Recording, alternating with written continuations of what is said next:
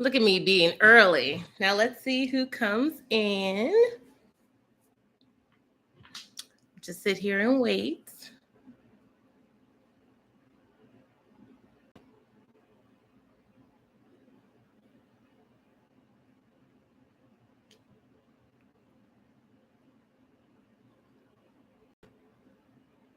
Hello, hello. Oh, a few people dropped in. Hello. I know YouTube is alerting people that I'm live. So, hello, everyone. You come in, just say hello in the chat. I'm I would say I'm deep conditioning. I'm not deep conditioning. I actually have henna on my hair right now. So I have my scarf on with that. That'll be filmed for Tip Tuesday as well. So hello everyone. Hi Yolanda. She says, "Hey, I finally caught a live." Well, I honestly haven't had too many lives. I said I was going to try and do more, and then literally I've been so busy. Like I really can't even describe how busy I've been. Um, Hi Valencia. How are you, dear? Hello, Elle. Hello, Kashika. Am I saying that right? Hello, hello. Yolanda says, "It's been so long. I have my baby boy on the 7th of September. Oh my goodness, Yolanda. Yay. I can't believe it. That's like so crazy how long it's been. Hi, Nita. She says, hello. Hi, Diane. How are you? Because she's like, yes, I definitely did. I definitely said I was going to be on more, and I have fallen I've fallen victim to summer things. I actually was probably gonna miss today, but I was like, you know what? Let me try to make it for today. Hi, Grace. How are you? All right, you guys. I know there's not a lot of people. I know it's my fault for not being consistent, but let me know if you guys have you guys been doing the challenge? Do you guys have any questions? This past week we focused on strengthening herbs.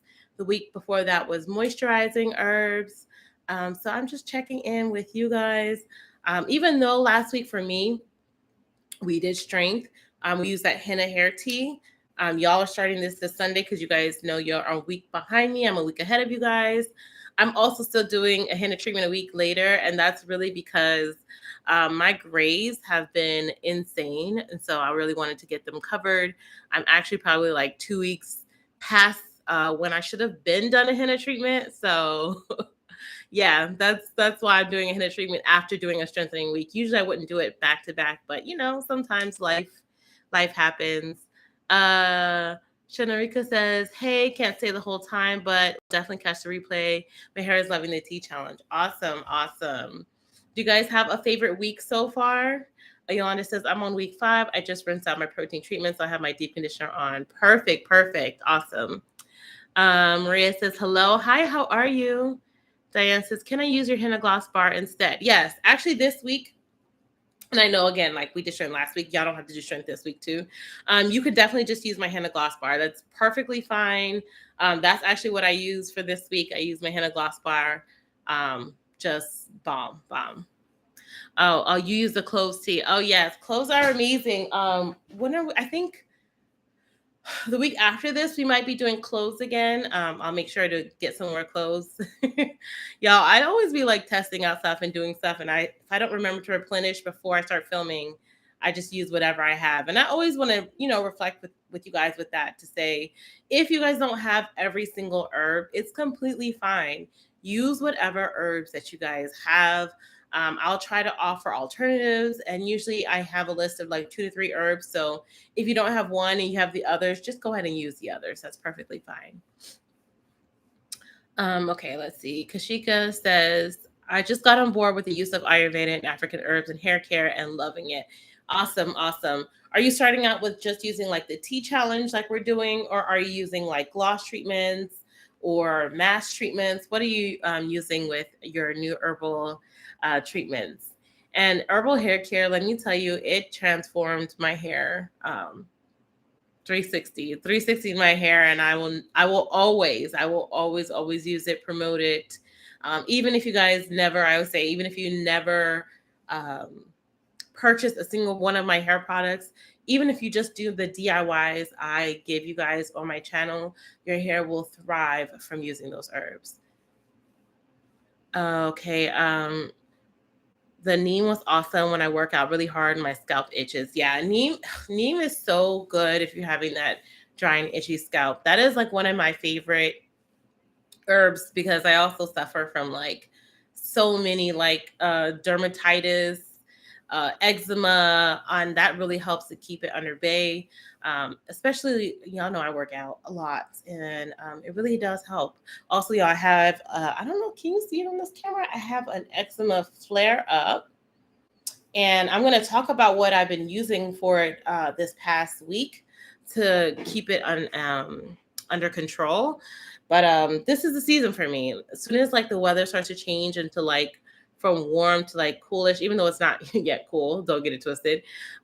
This is the season where my eczema decides it wants to flare up. Like literally from like my arms, which is just not me. Like this one is fine, but this one, eczema. So I'm actually going to talk a little bit about that in my next Tip Tuesday video and what I've been using, because some of the products I've been using are actually going to be in next week's hair tea. So, you know, stay tuned if you suffer from eczema like I do. Neem is also awesome for that. Yeah. Diane says clothes was my favorite as well. Awesome. I'm glad you guys like it. That was actually recommended. I forget who recommended to add it to the challenge. And so I'm glad you guys love it. Joe Foster said, there's so many herbs and videos. I don't know where to start, but I'm super interested. So Joe, I actually have an Ayurvedic regimen video, like how to build your own Ayurvedic regimen. And I just put like Ayurvedic regimen, NowIamNappy into YouTube. And literally I'll show you how to build your regimen using Ayurveda, just give you some like really basic logistics on it. For me, I stick to a really, I know like whenever we do challenges, things might be a little bit off, but usually I stick to a really strict schedule when it comes to me. And I focus on always, if you notice in all my challenges, I focus on 5 main things: hair growth, hair loss, strength, moisture, and like scalp care. Okay. And you can use that as a base. You don't have to use every single herb, but if you'll notice in all my challenges, like if you go download it from my website, they're focused, they're highlighted like that. And you can use one each week on wash day, one herb. You don't have to use all of them. You can use one herb each day on wash day. You can use it in a tea. You can use it in an oil. You could use it as a mask. You could use it as a gloss. You could just put a tablespoon or a teaspoon in your deep conditioner. You don't have to, again, I get it. It can be very, very overwhelming, but that video is very detailed. I tell you about my complete regimen and then how to build your own regimen so that you get, you know, what your hair needs. And one thing I just want to recommend, anytime you're starting an Ayurvedic regimen, start slow. Don't just use everything all at once, because then you may not know what your hair really loves. Or like maybe your hair loves one thing and hates something else. And then you're like, oh my God, I don't know what made my hair dry, or I don't know what made my hair hates this. And so just stick with one thing at a time when you're first starting out. Some of my challenges, I will say, are for people who have used a lot of herbs regularly. But I'm laughing at you. You said that's what I did. I used all at once. It's okay. And I get it. Like there's so much information out there. Who doesn't want to just be like, you know what, I'm going to try everything. But I would say that a great herb to start with is amla powder. Amla is great to just add a tablespoon to your deep conditioner. Perfect way to just add a little bit of Ayurveda to your regimen. Start off with that. Start with a tablespoon, and then maybe work your way up to like a full gloss, like maybe half amla, half deep conditioner. See how your hair likes that. The teas are also great. I really like the teas because I think they're a great way to introduce new herbs to your regimen. You could start off with one herb for the tea. Some of the teas I make are strong, and I do realize that some of the things that I've read, like in some of your comments. So I'm going to also talk about doing like an adjusted version if you guys feel like maybe the tea was too strong for your hair. So I'm really trying to listen to what you guys are saying, because I get it. Not everybody maybe used to using herbs as much as like I am, and maybe you're just starting out, so you really need to learn what your hair likes or doesn't like. Okay. And it's okay, Joe. Let me tell you, I think we're like in the natural hair community, when we find something great and you see like so many people having great results, you just try everything and you want to use everything, because why not, right? Like you're thinking if one herb can do this, let me just use all of them. And I totally get it. Like I'm pretty sure I did the same thing back when I first started as well. Maria says, my hair really loves fenugreek, cloves, and aloe vera. Perfect, perfect. And those are great herbs. Like I know we do these challenges, and what I talk about at the end of the challenge, usually on the final challenge day or whatever, I ask you guys like what herbs that you guys love the most, right? Or what combination did you love the most? Or maybe it's just one herb you love the most. And then I would say, stick with that in your regimen. Like the tea challenges are a great way to learn about many different herbs, right? Because I'll teach about every week whenever I do the challenge. I'll tell you a little bit about, okay, we're using rosemary for this, we're using fenugreek for this, we're using henna for this. I'm explaining the different types of herbs, why you might use it in your regimen. So it's okay, like after the end of the challenge, you're like, I really loved for you guys, you really love the clove tea. Well, then continue using cloves outside of your regimen. Like we're in the challenge, but the tea challenge is really, yes, to grow your hair and other, et cetera, et cetera. But also for you to help learn about new herbs and find something that maybe your hair really, really loves and stick with it. You don't have to do experiments like I do every week. You don't, like it's fine if you do. It's fine if you're like me. You love to try something new, but it's fine if you find something that really works for you and you're like, you know what? I'm gonna stick with this. Okay, Shanarika says, if you can find a store in your area that sells herbs, that's a great low risk way to try out things because they tend to sell by the ounce. Good luck. Yeah, that's very true. It's very, if you can find something local, I don't know, I'll say this, my local herb store is pretty expensive. I do have some like Indian groceries that are near me. And when I first started out doing Ayurveda, I was heavy at those Indian grocery stores because I could get herbs for like maybe $4 for, a decent size. I'm trying to think like, what is that? 6-7 ounces, for $3-4. And, they sell to me like some of the basic herbs that a lot of people are familiar with, like your amla, your henna, and all of that. So, but yes, that's really great. Also, I've been using this, once I remember their name, I forget. There's another company I ran into recently, and I really been liking their prices for herbs, and they have to me really good quality herbs. I like to try, different places, and I like to use them repeatedly to see if I actually like the quality, if they're consistent before I actually give recommendations. But this is probably like my maybe my fifth or sixth order from them, and different herbs. Like I actually just got plantain. What did I just get? Now I'm like excited because I obviously haven't used it yet. It just got in, but you know me, like I'm always gonna try something new. I'm not saying you guys all have to do what I'm doing, but it's for me as someone also who formulates products, I'm always interested in like what is out there, what don't I know. Let me see.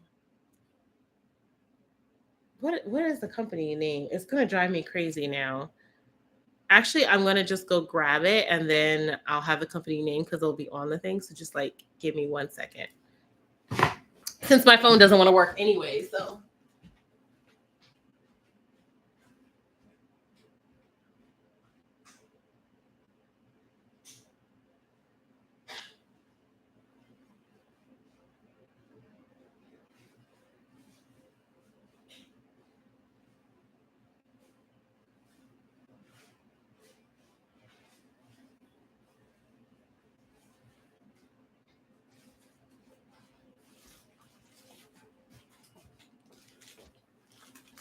Oh, okay.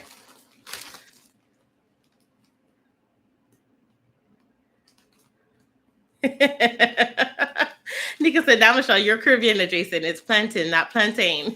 You're right. So they're called Organic Creations. That's the other company I could not remember. So I got the ginkgo. And of course, don't be like me and order like 10,000 of them. So I got some ginkgo leaves. They're 8 ounces. And I feel like they're like really reasonably priced. I like them, and usually I order from Mountain Rose Herbs, but I also like to venture and shop out. And some plantain, and I got some more lemon balm from them. I actually got a few more, but I don't know where they are, anyways. But I'm always trying new things, and I'll probably experiment with. Well, not probably. I'll experiment with all of that before I actually do a DIY for you guys. All right, let me get back to these questions or what you guys are saying.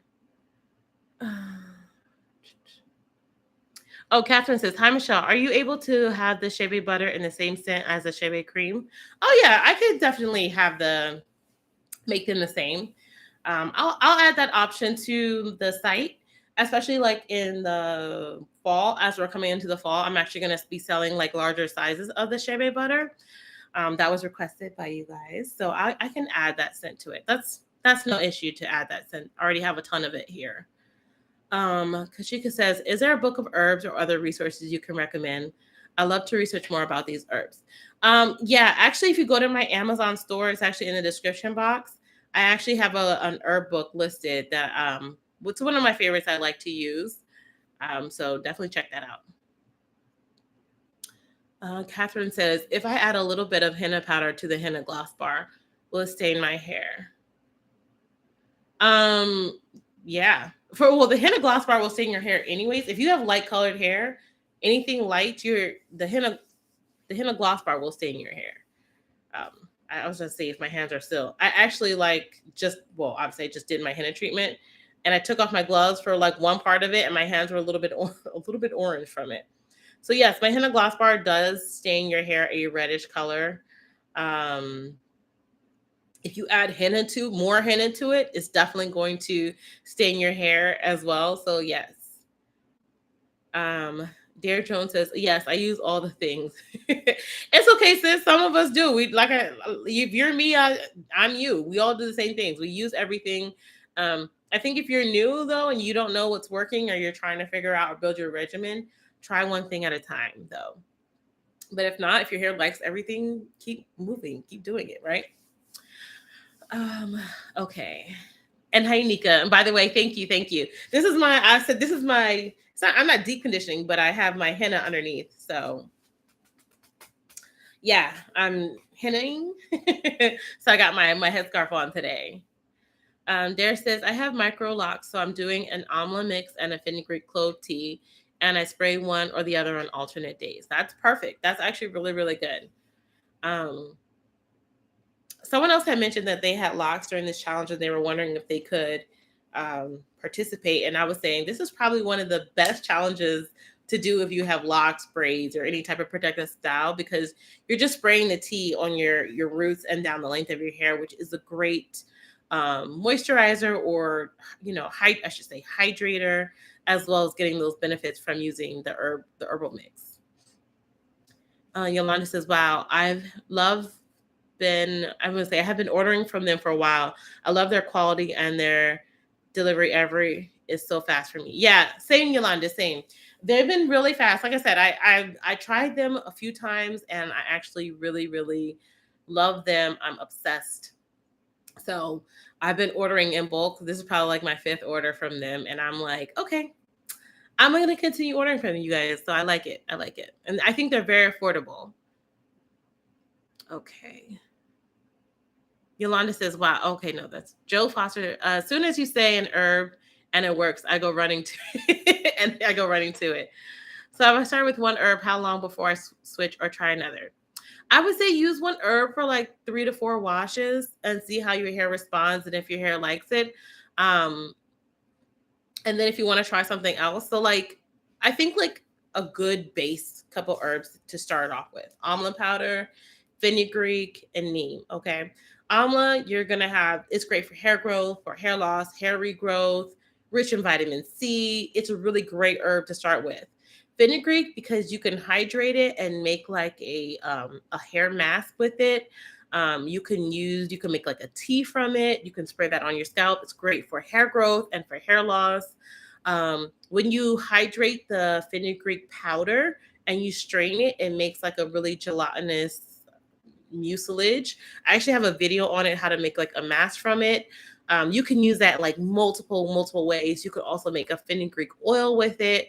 So I would say use it for a couple of times. Try it different ways. Try the oil, try the fenugreek tea, try the fenugreek mask. I have videos on literally how to make all of them. See how your hair responds. And then neem. And I think neem is yes, I'll say this: pure neem oil stinks to high heaven. To me, the neem powder is wonderful. It doesn't stink at all to me. And I like to make an oil from it, and I like to make a hair tea from it. And neem is great if you're suffering from any type of like scalp issues, itchiness, dandruff, dermatitis. That's antifungal, anti-inflammatory, antibacterial. It is a really powerful, powerful herb. I think those three are wonderful herbs to start off with. That could take you 3 months. If you do one herb a month, and see how your hair is and responds to that, and then you can move forward with other ones. Hey, Nicole. She says, hey, Michelle and everyone. Perfect. Thank you. Okay. Oh, Catherine says, sorry, I meant if I add some henna gloss bar to the other gloss bars, will it stain my hair? Probably not. It depends on how much you add, but I don't think it's enough. Depends on if you're adding like a quarter of the bar, you're probably fine. It's Marie says, can I use the henna to cover grays? Yes, that's actually why I'm hennaing right now, because I have my gray hair. I have a big gray patch now. I don't know what's happened. It's the grays have been graying. And how shall I say? I have a big gray patch right up front. I actually, in this week's Tip Tuesday video, I actually like show you guys it. I'm using that to, right now the henna treatment is to cover my grays, intentionally to cover them. All right, let's see.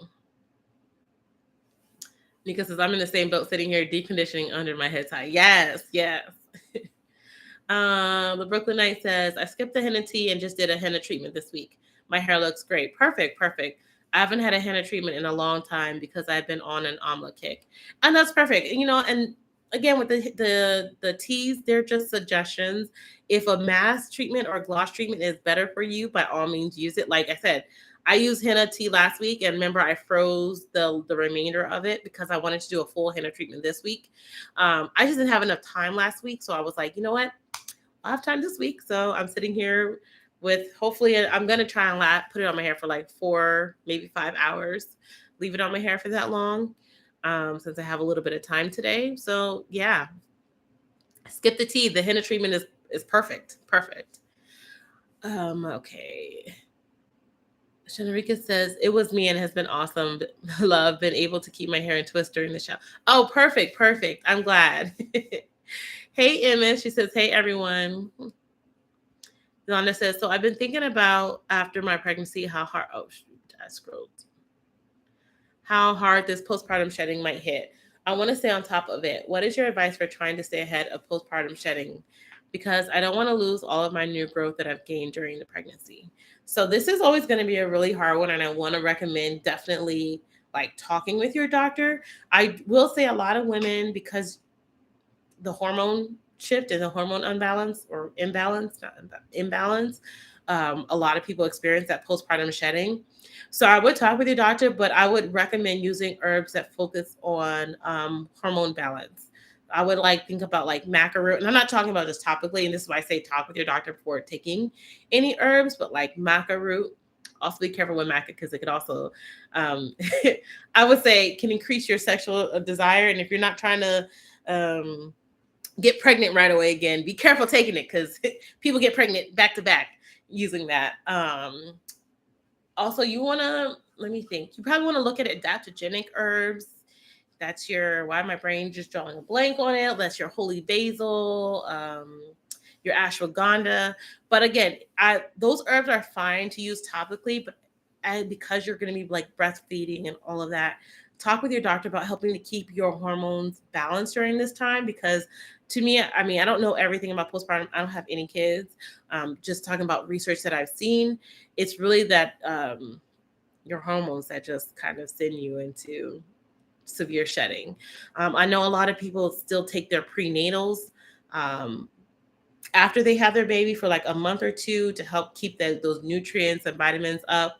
Or I know some people take it the entire time that they're breastfeeding, but I would definitely say definitely work with your doctor, and hopefully you have someone who's open to holistic healthcare, because I do think adding it in combination can be a really powerful thing. Did you have a lot of, I don't want to say not shedding. Did your hair not shed a lot during your pregnancy? Or did you feel like you had your normal hair shed? Okay, Nika says neem oil has the gold medal on funky. Girl, it does. It really does. I've never smelled anything stinkier than neem oil. But neem powder will save you. Yolanda says, I'm also getting knotless braids on the first, so I know I definitely want to use tea sprays while in a protective style. Yeah, and that's fine. And a lot of these herbs are really great, like horsetail, nettle, stinging nettle. Those are really great with dealing with scalp issues. You can use, I would say, probably any of those teas that I've used on the challenge for hair growth and fighting hair loss to really help you. But again, some of that, I won't say some of that, most of that is going to be internal. So really, really work with your doctor on that. Okay. Nicole says, I have tried every herb you talked about. Me too. My hair loves amla, henna, fenugreek, hibiscus, saw palmetto, cloves, green tea, neem, nettle, and black seed herbs. So I've been sticking with them. Awesome, awesome. And I'm glad. See, and I sorry you guys, there's something got in my eye. But I think like for me, that is the point of some of these challenges is really finding what works for you and then sticking with it. Like that's what I'm trying to push. I know it's hard because like I'm a YouTuber, and so I'm always like trying 1,001 different things. There's also stuff that never makes it to YouTube because it doesn't work. It doesn't work for me, or I didn't really find it to be beneficial. Which is why you guys always see me ordering. Well, you don't see me, but I tell you guys, I always be ordering different herbs. You saw today just some of the herbs I just grabbed off the top of my stash. Like I have a full bin like this full of herbs. I have jars full of herbs. It's just I have so many herbs. But it's a game of trial and error. Not everything's gonna work. Some things might work better. Some things might need a more consistent, longer approach to it. But I think the tea challenges, I mean, there's short period of time, but I try to get it so that you're using some of these herbs 2 to 3 times so you can really see how your hair is responding during the week while using it. So then you can move forward with it after the challenge. Okay. Joe Foster says, gotcha. I'm so glad for this Q&A. Oh, you're welcome. You're welcome. Hey, Katie. She says, hello, Michelle. I missed you. I missed you too. I know I was saying earlier, like, I know I said I was going to be on these lives more often, and then life has been so busy for me this summer. Nicole says, the teas and masks are great. I need a henna treatment to cover my grays. Well, I sell my henna gloss bars. They're also really, really great little, I would say quick and easy DIY treatments. Something I actually use today for my henna treatment. But if you want to make your own, I mean, you could also use. I love the NUPUR henna. I have it in my Amazon store down below. If in the description box, they're a great brand. I think they have really good quality henna. Great for that. Yolanda said, I had way less shedding during this pregnancy, almost to the point of no shedding. Okay, so I don't want to say I was afraid you're going to say that, but there is a likelihood that you're going to experience some shedding, and that's normal because you do know that we lose a certain amount of hairs every single day. They say up to 100 strands of hair. When you have little to no shedding because of your hormones, that means you're not that you're going to have full 9 months worth of shedding, but some women will still release a significant amount of shed hair, and it will just been the normal amount that they would have lost during that 9 months. And it just seems excessive because it's coming out in maybe like a month or two. But as long as you're not like balding or like thinning, like my sister actually, when she gave birth, her whole edges were gone. Those are other things that you can like work with your doctor on and talk about take some of the herbs that I mentioned before. Okay. Let's see. Kelly says, hello, everyone. Hey, dear. Sissy Fly says, how do you feel about the Rev Air blow dryer? It's funny because they actually reached out to me and I was actually thinking about getting it. I think it's fine. I haven't done enough research to say like, oh, this is good or this is bad. It's supposed to be like reverse airflow to like not damage your hair. I can't honestly say like I've looked up the complete mechanism of how it works and if it's truly damaging or not. From what I hear, it's not damaging, but I can't really speak to it to say it is or isn't. I would be open to trying it. I would. I definitely would. I don't blow dry my hair, obviously, guys, as you guys know. I don't blow dry my hair often, if at all, ever. Um, the last time I blow dried my hair was for my braids this past March. And the time before that was probably like 6 or 7 years ago. I really don't use heat, but I do know a lot of people who do use the blow dryer to keep the Revere I'm talking about, to keep their hair stretched, and it helps them to retain length better. You know, different things, different strokes for different folks. But I haven't heard anything really negative about it, and I definitely would be willing to try it. You know. Okay. Kelly says, can we still use the teas and oils every other day while on protective styles? Chunky Marley twist. Yeah, I would probably like use a little less oil because I feel like sometimes that can cause a lot of buildup when you have a protective style in. I guess my question would be what protect oh, you said chunky Marley twist. Oh, you're probably fine with that. Um, if they were like small Marley twists, sometimes you'll get that when you have too much like oils and like conditioners in your hair, you get that nasty little knots at the head of the braid or the twist. And then when you're taking it out and you're like losing so much hair, that would be my only caution to you about using too much oils whenever you have like braids or twists in your hair. But since they're chunky, that means you're probably not going to keep them in that long. um don't, I mean, maybe you do, but I just know when I used to wear chunky Marley twists, I probably would get a month out of it at most. um that it was fine, and that, you know, that knot wasn't like crazy. um Kashika says, my hair did not shed at all during pregnancy, and I ended up shedding like crazy postpartum. Yeah, it's very common if you don't shed at all during the pregnancy that you're going to shed crazy during postpartum. It's very common. For my second pregnancy, I ended up balding my head. Didn't make sense keeping the hair. Oh no, sis. Oh no. Um,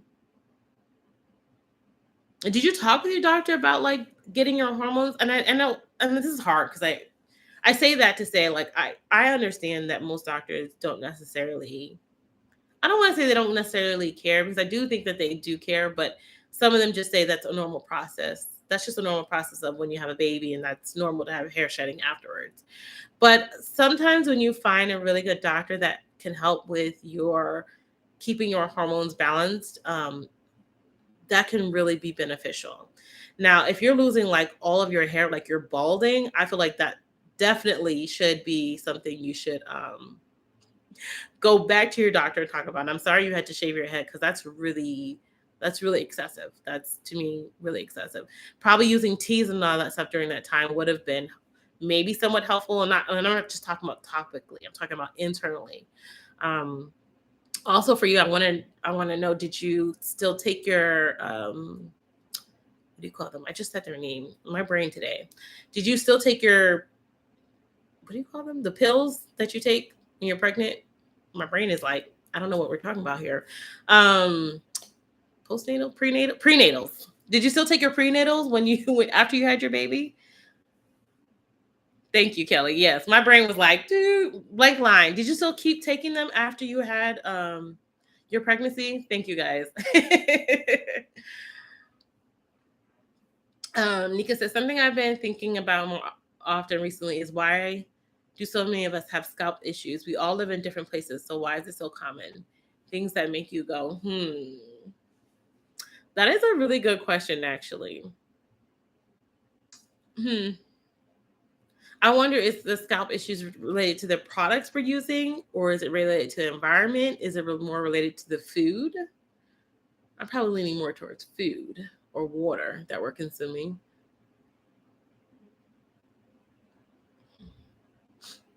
Um, I don't know. Sorry, there's a comment helper review, and I don't. Give me a second.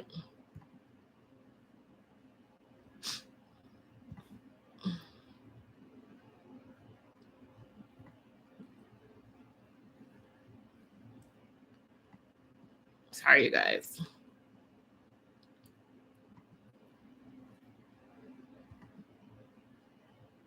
Just had to block it from my channel because we're not doing that today. I tell you that much.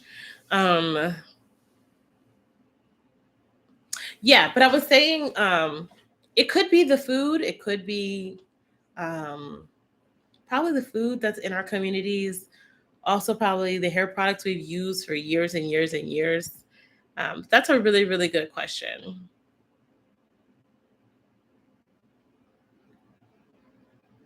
Okay, Nicole says, I'm not sure about horsetail though. What are the benefits? Horsetail is rich in silica, and silica is really important for basically growing your hair long and strong. I actually have a whole video on horsetail. I actually have a couple videos on horsetail that you could see all of the benefits for it. Actually, this challenge, I'm pretty sure I actually did a horsetail video on this challenge. I think it was two. Week two, I think we talk about horsetail. So if you want to learn about it, all of the details, all the benefits, go check out that video. But it's really because it's rich in silica, and that's like one of the building blocks for your hair. And silica is important for collagen production, and collagen is important for the strength and growth of our hair. Okay, the Brooklyn Isis. I also want to say that the DHE blocking oil came in clutch, and the Shea Butter hibiscus salad are definitely repurchased. Awesome, thank you, thank you. I'm so glad to hear that. Yeah, I'm like obsessed with the oil, and like a lot of people have been ordering it, and my brother, who also is like having some male pattern baldness, uses it, loves it. So I'm really glad to hear like some really positive reviews coming in regarding it. Kelly says, okay, got it. I want to keep it up for 6 weeks and then take it down. Thank you. Oh, you're welcome, dear. Rabai says, following from Nairobi, Kenya. Thank you and keep doing what you do. Oh, you're so welcome. You're so welcome, dear. Okay, and you guys are helping me out. Because she goes, I felt great with it being bald, actually. I still took my prenatals for about a month just to finish them up. Oh, yeah. I think you have to keep taking them for much longer than after a month. From what I've heard, at least, again, like I said, I don't have no kids. I'm not talking about things that I don't know, but from what I hear, you should probably keep taking it for a couple months afterwards. Yeah. Yeah, the stress too, which is why I reckon, oh, goodness, sorry, you guys. I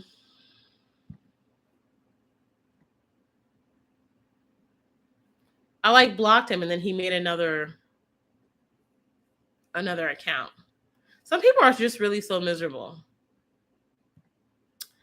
Yeah, sorry, Kelly. So I was just adding to Kashika, and I'm sorry, I hope I'm pronouncing it right.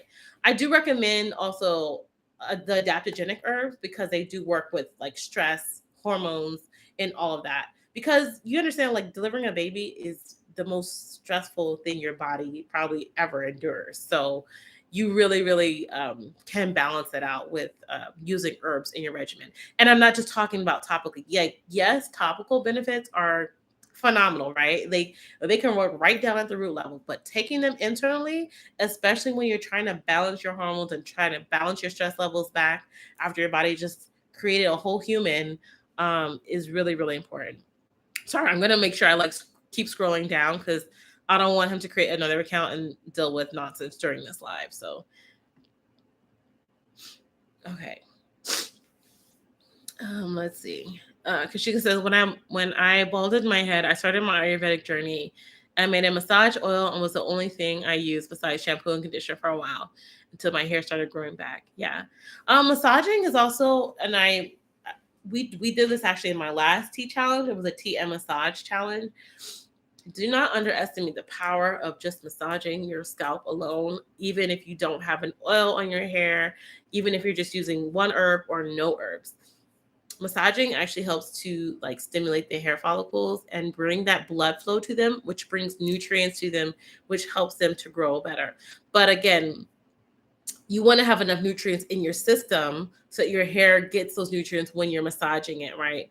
But massaging has been shown, and I actually have a whole video on this. There is an Ayurvedic massage that's actually shown to actually help regrow hair faster, and it is about like I forget what it's called exactly now. But if you type in like in Google Ayurvedic massage, it's wonderful. And you don't even, again, if you use an oil, great. If you don't use an oil, also really, really powerful. Um, don't underestimate massages, you guys.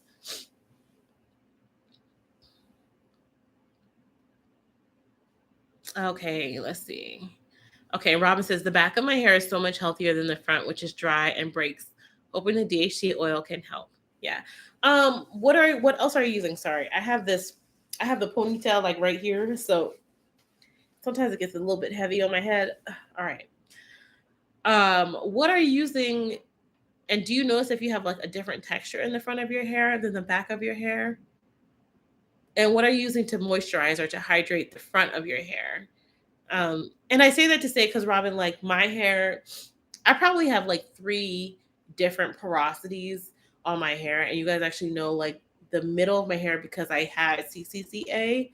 Um, it's a completely different texture, completely different porosity.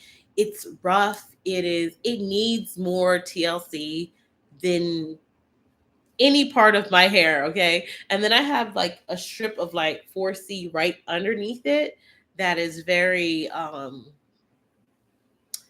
can say it mats really really crazy than the other parts of my hair. I'll just say this. I can't treat each section of my hair the exact same. I've learned to just section this part of my hair out and moisturize it and give it a little bit extra TLC. Because you say that part is dry and breaks, and for me that is the same exact thing. It's dry and it breaks, so I have to keep that area really moisturized. I actually conceal with like butters on it. Like I tend to not use butters unless I'm in the wintertime. But even for me, like in the spring or the summer, whenever it just starts to act up, and when I say it starts to act up, it's really because I'm not I'm not taking care of my hair the way I need to, as in like I'm not taking my vitamins the way I should. And so the first sign for me that I'm not getting my iron is this crown section that just likes to just be like, oh, we didn't take your iron medicine for like a week. I'm gonna die on you. Very dramatic, but I really have to focus on again getting the internal benefits, but then also when I'm doing my hair, treating her completely different and maybe adding butters, sealing with a butter. Maybe for her, she doesn't just like an oil. She's a diva. She's her own queen. And so really, you know, working with that section. The oil can help wonderful, and I'm not saying it can't help, but remember, oil doesn't help with dryness. Um, Moisture and hydration helps with dryness. Using different products and then using the oil to like seal it in helps. Gina Love says, "What is the email address to send personal info for price one?" I haven't done any giveaways, so I'm just curious what prizes were won. Because she said, "Did your CCCA completely grow back?" Yeah, it completely grew back, but again, I just kind of mentioned it. Um, it's temperamental, like it grows back. But if I stop taking, sorry, a little if I stop taking my iron pill, like I forget to take it, like I was away the first week in August and then the second week in August, and did I remember to bring my iron with me? No, I did not. And I noticed that immediately right away. Within 2 weeks, my scalp started to feel itchy in that area. And as soon as I get that itchiness, for me, it's a telltale sign that she's about to act really funny. I'm talking about dryness, breakage, moody. I don't know. She's very temperamental. I call her, I don't she doesn't have a name yet, but she's very temperamental. Um, so did my hair grow all the way back from that? Yes, it grew all the way back. Is it an ongoing battle for me because I actually have iron anemia? Yes. And until my iron is where it needs to be and consistently where it needs to be, I think it will always be a problem area. Um, Maybe I'm wrong on that, but I noticed when I was doing the most, when I had like literally perfect, like I was taking my iron every single day for months and months on end, I didn't have any issues. That hair was growing perfectly fine. It was still a little bit different, like texture and maybe porosity, much different porosity, but I didn't have issues like that. It's always whenever I mess up, whenever I don't take my iron, the diva returns. The diva returns. um, Mika says, I know that heavy feeling makes you in the strength of your neck muscles. Yes, girl. I was just like, ooh, let me sometimes I like to like lower it or I just go lay down so that way I take the pressure off the this. Robin says, my diva hair in the front. I keep doing the same thing to all of my hair, but will focus on moisturizing, hydrating, and sealing the front. as a looser curl pattern in the back. Oh, interesting. It's funny because my front has a much, you'll probably see it, has a much looser curl pattern than, I can't say anything. I have like a 1 inch section back here. I call it master hair. I shouldn't. But anyways, it's like perfect ringlets. Perfect ringlets. They're actually really moisturized back here. The front of my hair is a little bit drier. It's also complete. It's like the whole bang section here is completely different. Like, I don't know, S pattern, drier, but also I've noticed like for a long time, like I felt like I wasn't retaining length in my bangs. I kept saying like, what am I doing to my bangs? Like now I cut them because I know how to grow them now.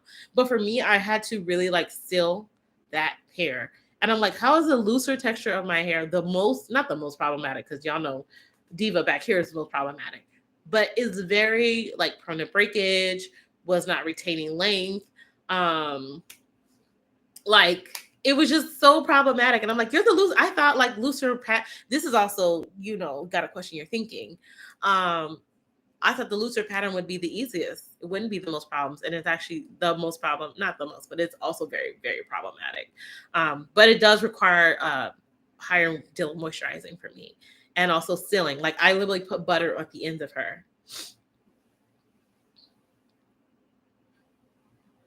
Catherine says, is possible for some leave-in products with glycerin to cause knots and dryness? Now, actually, there's actually, yes. And I'm going to say this, yes. Some people's hair does not like glycerin, and it could be due to your porosity, and it could be due to dew points and wherever you live. Now, interesting, because if your environment is too dry, glycerin, remember, takes moisture from whatever is the most moist to attract it to your hair. If your environment is dry, it can cause, I don't want to say the adverse, but the adverse effect, leaving your hair to be kind of dry. I don't know about the knots, but I'm assuming if you're putting it on your hair and it's just like your hair is feeling really, really dry, it's probably just causing a lot of issues. But yes, very, very possible. And if that's the case, try looking at other products like what you want to look at is film forming humectants instead of like glycerin, because film forming humectants literally, like, once the moisture is locked in, they form a film over it to help you retain moisture, so it doesn't like just like leave, come and go. Actually, the slippery elm and the marshmallow roots. I also use like polyquats, what they call them, in products, are really good film forming humectants that actually help to like seal in and lock in moisture. Nika says, "Bah, massa hair." Yeah, girl. It was a long time joke I used to have, because I, like, considering that my hair is like so many different textures, and then this is like the kinkiest part, and then this is loose. I'm like, I know where that came from. Because she says, I relate with you. I guess I missed a few of your videos that I have to go back and see how you handle it, because I have that too. Part of the reason why I made the decision to shave and go again. So if you have, by the way, if you have CCCA, and I talk about this, and I think in that video too, most of the time there's something internal going on. Usually for women, it's iron and vitamin D deficiency. Not saying it can't be other things, but for Black women in particular, those are probably one of the greatest things I've seen causing CCCA, outside of if you're maybe wearing, again, you wear a ponytail every single day in the same spot and it's causing like tension. But for most women, and Black women in particular, it is due to some type of vitamin or deficiency. And usually it's iron or vitamin D. So when I say this, it takes months, especially if you're like me, I would say. My iron stores were so low that my body didn't care. And I always tell people, you have to think about it. Your body cares about all the internal organs here. Your fingers, the top of your scalp, the bottom of your toes. Your body doesn't really care that much about. And so when you're deficient, your body's going to preserve all of its nutrients to take care of your heart, your lungs, your organs, these vital parts. And so my iron stores, so you have your regular iron that's like flowing in your body, and then you actually have like iron stores, which your body saves for, like, if your normal iron levels aren't good, like maybe you're not getting enough during your diet, so your body uses the stores that it has saved up, right? my stores were, so I didn't have enough iron in my bloodstream. And then my stores were so depleted that my body had like nothing. And I was like extremely exhausted, tired, but I don't know. I just thought that was normal. I just felt like it becomes normal. Not saying it's normal, but I'm just saying you're just always tired. I'm like, I'm always tired. Like this is normal. This is normal. I blacked out. I actually have a story about it. I like blacked out and I was rushed to the hospital and my levels were so low. So yes, I had heavy CCA missing in the back of my scalp, but like it took maybe 6 to 8 months for my hair to finally actually regrow back, because once you start taking iron in your system, your body's going to just use it right now for normal bodily functions. Then once it realizes it's going to get enough iron, it will start to build up your iron stores. It takes months to build those iron stores back up. And then once those iron stores are back up, then your body says, oh, okay, we'll start to give it to your nails and your hair and your feet again. Not saying that, your hair won't grow and all that, but it's just, though you think about this is the highest point of your head. It receives the least amount of blood circulation, which is also why scalp massages are really, really important, especially in that area, because it doesn't receive as much nutrients. Think about it. Gravity pulls everything down. It is the highest point. So anyways, I talk about all of this in that video. Sorry, I'm not getting off topic, but I'm talking about all this in that video. It's not a quick fix, and I don't want anyone to think I'm taking iron for a month or a week or a day and I should be seeing results immediately. It's not, because I know for me, well, depending on how bad your iron deficiency is, it's going to take some time to get there, because your body is going to care about preserving your internal organs, the most important, as it should, right? And same with vitamin D. From what I hear, I don't have vitamin D deficiency, but vitamin D deficiency, it takes time, because again, your body's worried about other things and not your hair and scalp. It's just not. And with hormonal issues, I can also say the same thing. Getting your hormones balanced, it's not a one and quick fix. It's trying this, trying to get things so you're balanced, so your body can say, okay, now we can grow. Now we can do what we're supposed to do. We can be optimal, which is why I always stress, like, topical stuff is beneficial. It is very helpful. But honey, y'all got to take care of your insides. And I always recommend going to get a blood test. If you notice any type of hair loss, something different, change in skin, something that's like outside of the norm for you, go to your doctor, and make them give you a blood test, a full range of tests. Because a lot of times for Black women, they're not doing everything they should be doing, and we're missing out on things. And I can't tell you how many people have come back to me from my lives. When I used to do lives often, and I kept stressing this every single week in my lives, so many people messaged me and were like, oh my God, I was so severe in this, I was deficient in that. It was actually something hormone related. It was so many people, Black women, have told me this. And some of these women were going to their doctors regularly. And it was like blowing my mind that they could go to their doctor regularly and still miss these very, very important things. So don't let someone tell you, no, that's normal, that's whatever. If you can find a Black doctor or a Black dermatologist, go to them, get checked out, because a lot of these issues are, our bodies are just like the hair and the skin. They're just telling us like, hey, something's wrong here. Something's wrong internally. And then once we fix that, that'll be good to go. We'll be growing inches and having wonderful hair, skin, and nails. Okay, I'm off my tangent. I'm off my soapbox. I'm going to come back to these questions again. Mahadev, I hope I pronounced your name right. She says, hello, hi. Kashika says, definitely iron for me, iron deficient anemia. Yeah, I'll say this, most Black women, those are the two common: iron deficient anemia and vitamin D. You're like common. Dare says, look up bamboo extract, sis. It's really good for your hair too. Yeah, I actually talk about that in my horsetail video. I talk about how actually bamboo is one of the richest sources of silica. It's not easily accessible. I don't know why people don't talk about it as much, but bamboo and horsetail are really great and rich in silica, but bamboo is much higher in silica than horsetail is.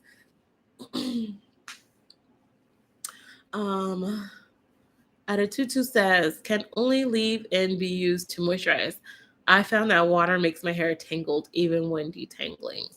So you can use a leave-in to moisturize your hair, but so most leave-ins, a good leave-in is water-based, right? So I should say a true leave-in. Let me be clear. A true leave-in is water-based. Anything else doesn't provide true moisture and hydration to your hair. Um, when you say that water makes your hair tangled, is it because you're just wetting your hair and then trying to detangle? Like, what are you doing that's making your hair tangled? And I'll say that to say, like, a lot of times you guys do see me um, wash my hair or shampoo my hair or whatever thing's loose. And I get that not everybody can do that. But I also do section my hair off and detangle and put it into twists when I'm doing my wash day. And a lot of times what you'll see when I'm rinsing out the conditioner, I'll rinse out the conditioner and then I'll undo the twist so you guys can see what my hair looks like. But washing your hair in sections may be the key issue as to why your hair is tangling whenever you add water to it. So try washing your hair in sections. Also, if you have hard water, it could make your hair feel like trash. And a lot of times that's a big, big issue. I recommend, if you have hard water, using distilled water or getting yourself a water filter for your hair. But I will say this, water should not make your hair feel like trash. It just shouldn't. I do think that just using water alone may not be sufficient for most of us. We do need um, usually something a little bit, I don't want to say more hydrating, because water is like ultimate hydration, let me be clear. But you can use other products like humectants to help maintain that moisture. The issue with a lot of people is that water water is not a moisturizer. Water is a hydrator. Okay, hydration first, moisture second. Okay, when it comes to our natural hair, we generally need it in that order. Now, using a leave-in, a true leave-in, a water, I'm talking about true leave-in as in it's a water-based. A water-based leave-in or products that contain water will add a measure of hydration and moisture together, which is great for most of us, which sometimes for people that is sufficient enough. But I'm saying all that to say is, if water is making your hair feel terrible, you probably want to evaluate the type of water you're using, how you're using it in your regimen. But there's also nothing wrong with using your leave-in and your moisturizer to detangle your hair with, because water is not necessarily a detangler at all. It can be used to aid, like for me, if I'm in the shower and I'm running the water under my strands and I'm like, kind of finger detangling it like that. But generally, there's some type of product that's maybe being rinsed off, or I have a deep conditioner on my hair and it's aiding me with slip for ease of detangling. But if I were to just spray water on my hair like this, I generally need some type of product to help me detangle my hair. Does that make sense? Robin says, is your shea butter a moisturizer and a sealant? What's the difference? So I consider a moisturizer a product that does contain some type of water, humectant, and sealant, or I will say this, occlusive. That's what they call it. Basically, water, some type of hydrator, or something that's attracting water, humectant. And then an occlusive is basically an oil or a butter that can actually lock in moisture. Now, there are different types of moisturizers. Some moisturizers may not have occlusives that are heavy. Some moisturizers may have occlusives. Again, the occlusives are your oils and butters that allow for moisture to come and go. I would say something like my Shea cream, right? It is a moisturizer. It is a lighter moisturizer. Most of the ingredients and oils I use in that particular moisturizer do not like heavily, heavily coat the strands. Now, I do have film forming humectants in there that help to moisturize the strands, right? You have your hibiscus, you have your slippery elm, you have your marshmallow root. Those act as hydrators, and they also act as humectants because they produce that mucilage, right? They produce that watery mucilage, but they're also formers, humectants, film forming humectants, which means they form that and they lock over your strands and they help retain that moisture. The shea powder and the shea infused oils and the oils I use, again, also help to like lock in kind of like another coating on top of each individual strand. The shea butter is more of a sealant because I use only oils and butters in it. There's no waters. There's no waters. There's no water. There are no hydrators. There are no humectants. It is purely something to kind of seal in and lock in the moisture that you use whenever you use some type of leave-in or moisturizer. Does that make sense? Okay, so that's true, sister. I know you were probably talking about what I was talking about earlier. Dare says, I had that same issue. Top half is thinner and drier, and the bottom half is thicker. Says, are you saying iron helps with CCCA? I'm saying that if you're iron deficient and that's what's causing you and triggering your CCCA, yes, then yes, most definitely yes. And I don't know if you heard everything I had said earlier, but if you are experiencing CCCA, go to your doctor, ask them for a full range of blood tests, and see what you're deficient in. If you are iron deficient and you are losing hair here, a lot of times they're connected. They're very much connected. I'll say this correlated. Right now, there is no official causation of CCCA because it can be a number of things. CCCA, actually, in my CCCA video, I talk about this. CCCA actually started out, they called it flat iron alopecia, because they used to say, this is back in like 50s, 60s, I don't know, back then, when they put the flat iron too close to their scalp, it would sizzle, and the grease or oil we would put on there would burn the scalp. So they thought that was what was causing the CCCA, right? So when you hear that and you do that pressing, and the oil would sizzle your scalp, and it would cause issues, and Black women would lose hair. Then they learned that there were Black women who never flat ironed their hair, were having the same exact issues. So it went over a range of things. They thought it was from ponytails too high, from too tight braids. I'm trying to remember now. Like, I did that video probably two to 3 years ago, and it's crazy that I still remember even that much from it. But there was basically a list, and I kind of talk about that in the whole video. I literally go through all the things that they thought it was. And then I talk about like my experience with it, and how they now say it can be correlated to vitamin deficiencies in your body, in particular for Black women. And I say that to say, because a lot of Black women, and something we talked about before, have fibroids. And so a lot of us are deficient in iron and vitamin D due to our fibroids. And somehow I feel like the connection is fibroids, vitamin deficiencies. Also, they said a lot of our hair products that Black women use are relaxers and all that, because we used it before we got our first cycle.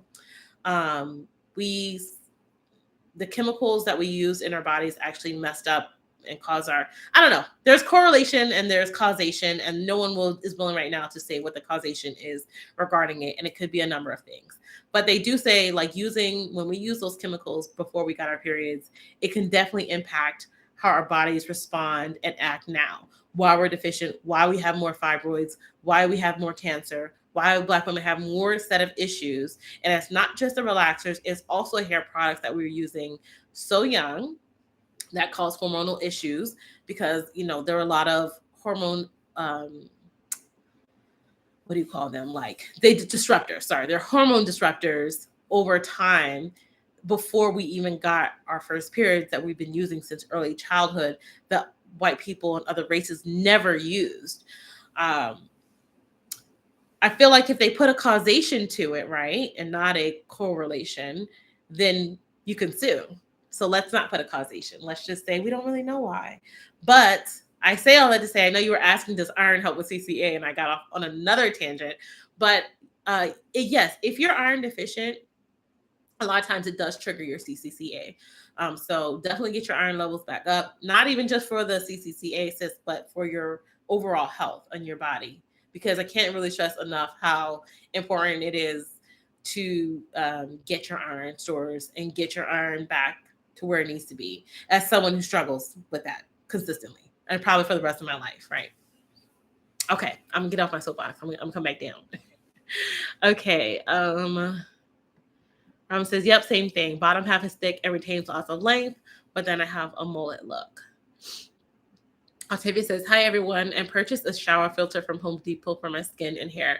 Big difference was noticed. Yes, water filters are, I'm telling you, really, really good. A lot of people don't even realize how harsh their water is, but very, very, very helpful if that's what if you're finding out to be an issue, that water is like tangling and matting up your hair. You probably have really, really hard water. Attitude says, thank you so much, sis. You're welcome. Rob says, yes, makes sense. Okay, perfect. All right, you guys. Let me know if you have any other questions. I want to make sure I'm not missing anything. I know we were like talking about our challenge, but like we're always gonna like get off topic, and that's perfect. It's actually perfect. Like I want us to be able to talk about hair care, but like hair care is not the only thing that matters. But I will say hair care is also sometimes a really good indication about what's going on internally with us. It's the same like with our nails. It's the same with our skin. Whenever we have flare-ups of things, if we're having all of a sudden your skin is breaking out or your hair is breaking off or your nails are just trash, a lot of times it has something to do with internally what we're not doing with our bodies internally. And so we really need to evaluate that so we can be healthy and optimal, not just for hair growth and nail growth and skin health, but just because we want to be healthy women, right? As individuals. Catherine says, are you able to make a hibiscus spring raj gloss bar? I could. It's funny you mentioned, I mean, not that particular, but I have actually thought about making more gloss bars and different gloss bars. And my question actually is, what type of other gloss bars would y'all be interested in me making? Because I can make other types of gloss bars. And I hear you saying hibiscus and bring raj. Is that something you guys would be interested in? A hibiscus and bring raj gloss bar? Maybe I'll do some polls on the YouTube thing and in the group, in my Facebook group. I was going to wipe my brain. In the Facebook group, I'll do some polls on like if there are other combinations of gloss bars, like the hibiscus bring raj. I can definitely add that to like one of the polls. I don't mind making different ones. Those were the ones I had just made because there was something I use and I think it's beneficial. So Diane said cloves and ginger gloss bars. Diane, I could see about that. I would have to see how that would work because like you could make ginger and cloves, but that would be a really powerful gloss bar. I feel like you'd have to make something else with that because have you ever made a mask with just cloves and ginger? Because that's what it's going to be if you ever use that. But these are good. These are good. These are like, this is what I want. I want stuff that you guys would use, right? That's the point. Not just stuff I like, but stuff you guys would actually use. I hear you guys saying yes, yes. Okay.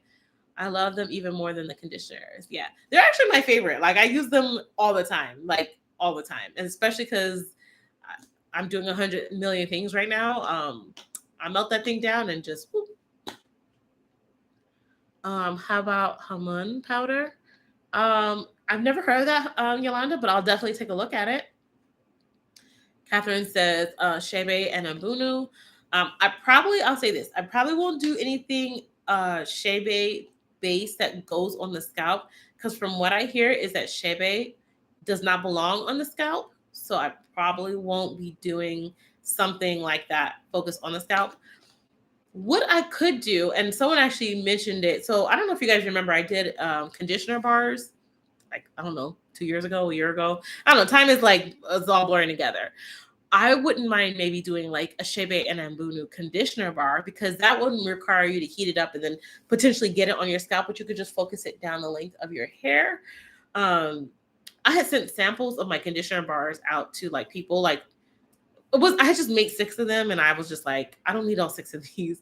And so I gave them out and you guys really, really loved, whoever I sent them to really loved the conditioner bars.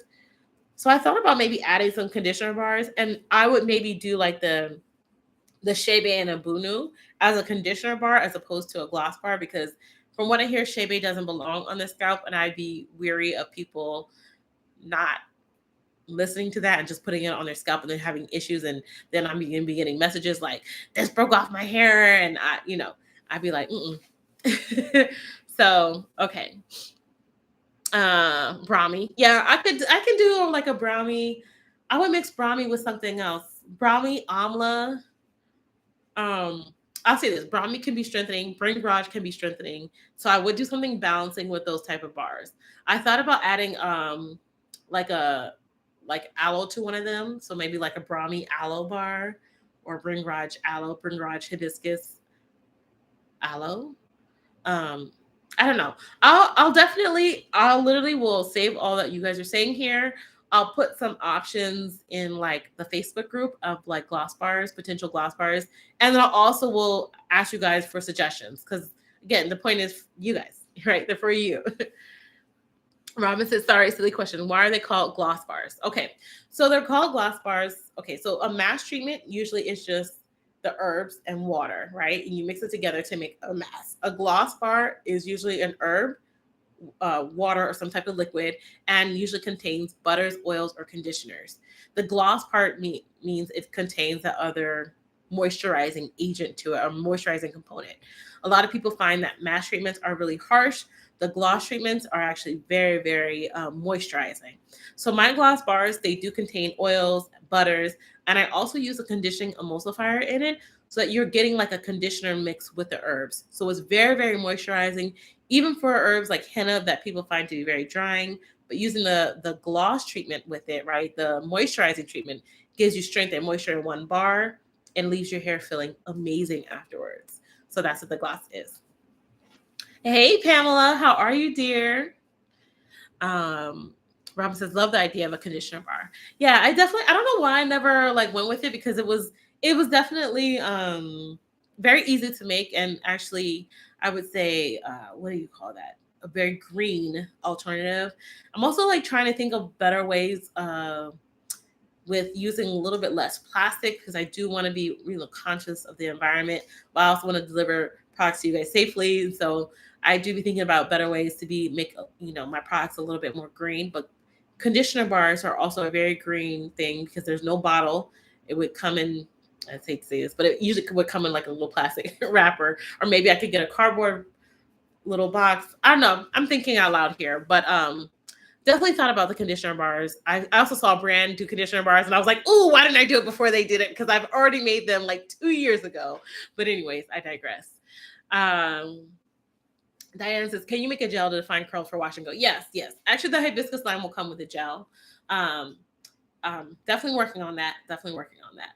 My biggest thing with the gel right now is shipping, because I want to make sure that when I ship the gel in very hot environments, it doesn't.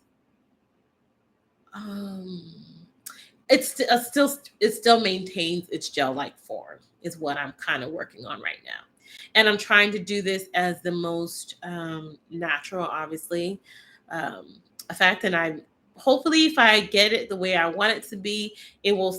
Of course, it'll be with the hibiscus line, so I'll have the hibiscus. It will have slippery elm, have marshmallow root, have some other secret herbs I'll tell you about later. In it, it's very moisturizing, but it also gives you a good amount of hold and definition. So I'm working on it. Kind of says, great, they'll sound great. So she's like, girl, you finna break the bank. Girl, I'm always breaking the bank. I'm always buying stuff I shouldn't be, and I'm always testing stuff I shouldn't be. I'll tell you, if y'all could ever see my second bedroom, my new apartment, I don't know, I feel like I just have more stuff. And I mean I do. I also, by the way, I also got the bottles in. I think I got the 16-ounce bottles in for the leave-in. Which I know a lot of you guys asked for, and I'm waiting for the 16-ounce bottles. I ordered some more 16-ounce bottles for the deep conditioner and for the twist cream, and for the Shea cream. The Shea butter. You guys asked for a bigger Shea butter jar, so those jars will be for that. So I ordered them. They're coming in. I do have the new 16-ounce leave-in bottles. They literally came in like end of last week. So I'm trying to get everything in, especially, like I said, I want to definitely make sure I have everything in before Black Friday. And you have to order your stuff now, because let me tell you, shipping times have been crazy and everybody's trying to order again, I think, for Black Friday. So I'm on it. I'm definitely on it. I definitely want it. And yes, I'm going to break the bank. And yes, my second bedroom is going to be completely full of boxes like it currently is. And yes, I'm going to be hiring some help. I actually have a list of things that I want to do by the end of this month, but I would say by the end of September for sure. And that really does involve expanding my business and hiring some help so that I can get these orders out and, make more products so I don't spend time. Because right now it's really hard for me to formulate when I'm formulating, packing orders, shipping orders, and doing everything. So I'm listening to what you guys said, bigger bottles. So yeah. The Brooklyn Knight said you can test ship me a jar. I might listen. Like I need to ship it to people. What I needed someone in California who I can ship it to. Because it's usually whenever I ship far, like California, also certain parts of Texas. Um, those are the areas that for me I'm like, I need to see because and I get it's not going to be here going into like the winter time, but I want to be able to know that next summer I'm not going to have this issue, right? Because and I'm not talking about any other brand, but I do know there was a brand who had started out and she had made a custard. And let me tell you, she shipped it in the summertime, and that custard, people got it, and it was completely a mess. And she had to redo her whole formulation and redo all of that, and then reship out all of the orders.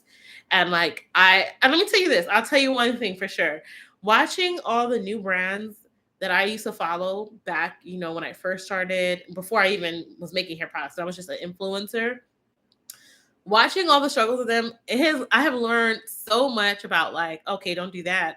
Okay, test it there. Okay, so even if you think it works shipping from here to, I don't know, I sell Maryland. So from here to Maryland doesn't mean it's good enough. Like you need to ship it from here to California. But I'm just saying, like, or you have to ship it in the heat. You have to, there's a lot of things that I've watched other brands go through that have definitely like, ooh, don't do that, or ooh, make sure you test that out, right? And then I'm sure, like, the thing is, there's always gonna be things that happen that you don't know, and every brand is different and unique, so like, don't compare. So, it's a learning, it's learning. But this is one thing, let me tell you, I saw that and I was like, ooh, let me make sure that my gel can ship across heat and across all the way to California and all the way to Texas. Okay, and I will be okay with putting it out on the market. Okay. Akua says, hello, please does hibiscus dry hair? I did herbal tea containing hibiscus and my hair was dry after using sealant. However, I did one herbal tea without hibiscus, but my hair wasn't dry. Hibiscus, I'll say this, as I say to everybody, there are different herbs that are going to work better for some people. I don't find hibiscus to be drying. Hibiscus can actually be a little bit conditioning because it does create a little bit of a mucilage, but your hair may not like it, and that's fine. And your hair just may not like hibiscus, so you can just nix it from your regimen. I would say though, I think that hibiscus, as much as it does have some conditioning, I think it does have a little bit of a strengthening component to it. So maybe that's why your hair didn't necessarily like it. Also, it could be the quantity of herbs that you used. And I actually put this in my last a comment in my last video, but I'm actually going to talk about this, about cutting the herbs in half. So like I use a tablespoon, but if you're new or you don't know how your hair responds, use a teaspoon of that herb, okay? Or you could either increase, well, you don't probably want to increase the water because you don't want to have teas forever. But like if I'm using a tablespoon, try a teaspoon of the herb first with the same amount of water. So if you're using 2 cups of distilled water and I'm using a tablespoon of each herb and I'm using 3 herbs, which would be 3 tablespoons, try 3 teaspoons, 1 of each herb, and see how your hair responds. Sometimes it's just too powerful of a tea. Or sometimes your hair just hates the herb. That's that too. Like I tell you, a lot of times, I hate to say it like this, but a lot of herbs are just trial and error.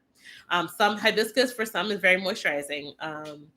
Also depends on what part of the hibiscus you're using. So like for me, my hibiscus is shaving line. The hibiscus I'm using is actually from the leaf because the leaf creates a really gelatinous mucilage. It's really, really thick, which I really like, really great for hold and definition. The flower actually doesn't create as much of a gelatinous mucilage. It does create a little bit. I find it to be moisturizing. Some people might find it to be drying, right? But I found that the leaf part for me is way more moisturizing than the flower. So, just kind of trial and error. And if your hair hates it, just don't use it. Diane says, wonderful, my hard to define hair needs it. Awesome, sis. So Fly says, yes, with very long hair, do struggle with product size. Yeah, that was one thing a lot of people have been telling me was like bigger bottles. And not a 12 ounce, because I was like, could I just, they're like, no, just jump to 16 ounce. And like people were saying 16 ounce twist cream, 16 ounce hibiscus, Chevy hibiscus cream, 16 ounce leave-in. People wanted bigger deep conditioners, and at this time, I don't really know how I'm going to do that because we talked about like someone had mentioned that the pump bottle is, my conditioner is too thick for a pump, but there is a 16-ounce deep conditioner currently. But if I were to move like to a 20 or 24 ounce in a pump bottle, it would just be too thick to pump out. But yeah, I'm listening to you guys. I'm trying to get everything in.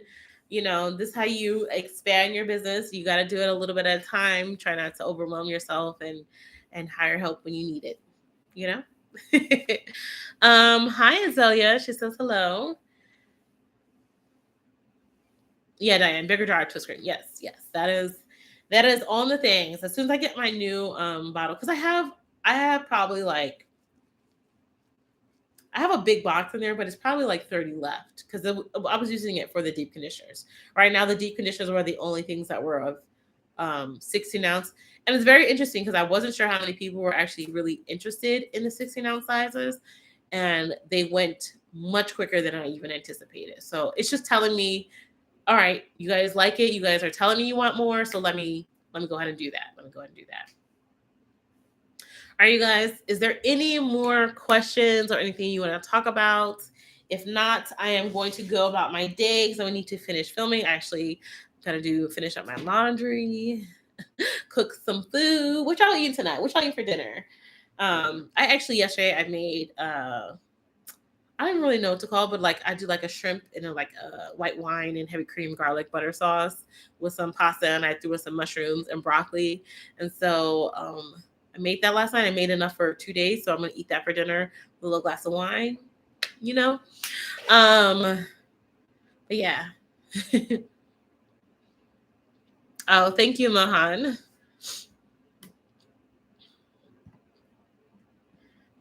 Thank you, Robin. She says, thanks for all your tips. You're welcome. Emma said chopstick, and I don't know what else yet. Ooh, maybe a baked potato. You know what's really good? Roasted broccoli. I love to roast broccoli or roasted asparagus. Put it in your oven. I got this like bomb little like seasoning that I put on top. A little bit of olive oil. That thing slaps. The Brooklynite says, no more questions. Have a great rest of your day. Thank you so much. You too. Kashika says, I'm having beef ribs today. Last night I had garlic honey shrimp. Yes. Okay, sis. Okay, Milhan. Let's not make it awkward here. All right, you guys. But thank you for joining me today. Stay tuned for Tip Tuesday. I will be talking about my henna that I have in my hair and also the new moisturizing treatment. I know y'all are focusing on strength this week. So whether it be you decide to make your henna gloss bar or you make the henna tea or you make a cassia tea, whatever tea, you just make sure you use it consistently and moisturize your hair, you guys. Oh, wait, let's see here. Nicole said hibiscus leaf. Didn't know that. Is that the florets or is it an actual leaf that's green? It's the actual green leaf, like the actual leaf of it. Gia says, thank you. You're welcome. Kashika says, have a great day and thank you for the info. You're welcome. You're welcome. Nika said, that food is why it might be Aggie about his. Girl, okay? He'd be wanting his food immediately. He'd be fussing with me all the time. All right, Diane says, everyone have a good week and have a great day. Thank you, guys. Thank you. And thank you for joining me. I'll see y'all. All right, let me end stream.